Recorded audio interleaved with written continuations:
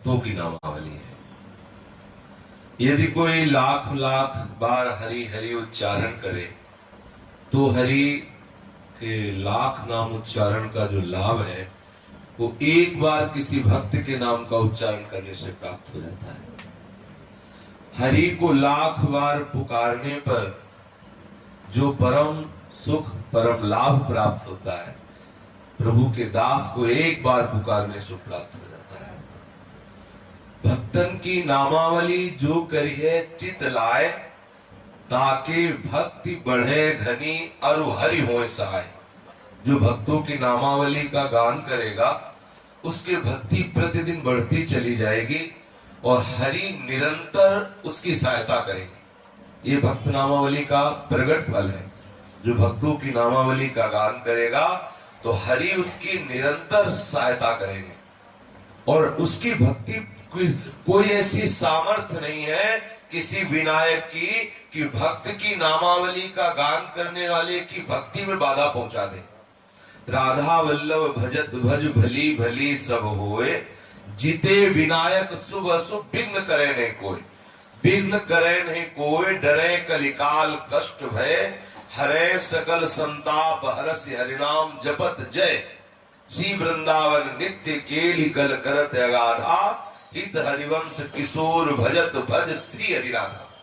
बोले राधा वल्लभ लाल के भजन करने वालों का जो भजन करता है, अर्थात किशोरी किशोर के भजन करने वालों का जो भजन करता है, तो त्रिभुवन में जितने अशुभ विनायक हैं, जो अनिष्टकारी हैं, जितने भी अनिष्टकारी शक्तियां या आसुरी शक्तियां या दैवी शक्तियां, किसी की सामर्थ्य नहीं है कि भक्त की नामावली करने वाले को राधा वल्लभ भजत भज, जो राधा वल्लभ लाल का भजन करने वाले उनका जो भजन करते हैं, किसी अशुभ विनायक की सामर्थ्य नहीं है को बाधा पहुंचा सके। और किसी शुभ विनायक की, अशुभ विनायक तो सब कोई जानते हैं क्लेशकारी होते हैं, लेकिन जो शुभ होते हैं जिन्हें सुखकारी समझते हैं वो भी हमें प्रभु से विमुख कर देते हैं।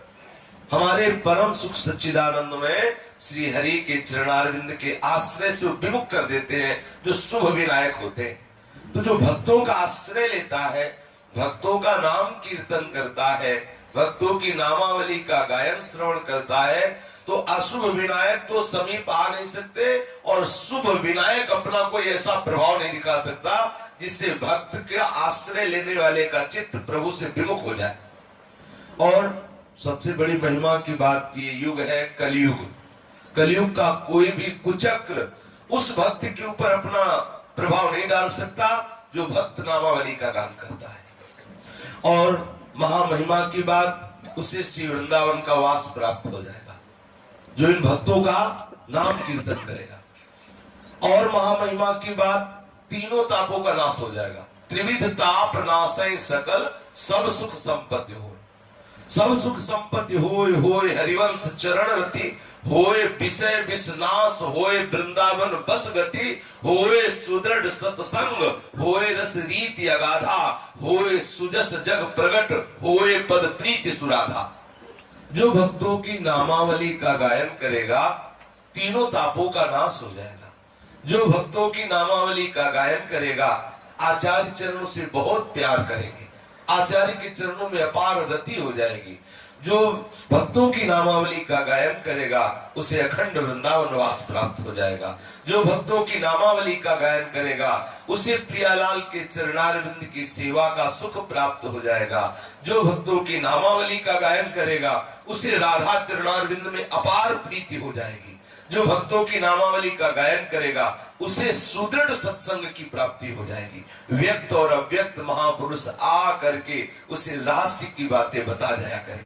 जो महत अपराध करने वाला हो, यदि उसको भी भक्त नामावली का रोज गायन करने का मिल जाए तो हरि सारे अपराध क्षमा करके उसे भक्त ही बना देंगे। अजहू सोच विचार के गही भक्तन पद ओट, हरि कृपाल सब पाछली क्षम्ये तेरी खोट।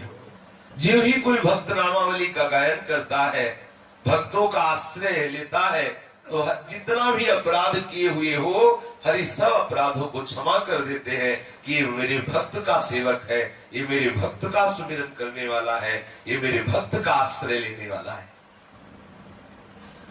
चाहे जितना मन विमुख हो रहा हो, आप भक्त नामावली का गायन करके देखिए, आपका मन सम्मुख हो जाएगा हरि के। इसमें एक रहस्य है कि जब हम किसी भक्त का स्मरण करते हैं तो उसके भजन का 6वां हिस्सा प्राप्त हो जाता है। अब आपने मीरा जी का स्मरण किया, अब किस कोटि का मीरा जी का भजन है, वो भजन का 6वां हिस्सा आपको प्राप्त हो जाएगा। अगर आप किसी पापात्मा पुरुष का स्मरण करेंगे तो उसका 6वां हिस्सा पाप का आपको प्राप्त हो जाएगा तत्काल। इसीलिए तो कहा गया है कि अशुभ चिंतन मत करो, जो कुसंगी जन पापाचारी जन उनका संग मत करो, उनका चिंतन मत करो।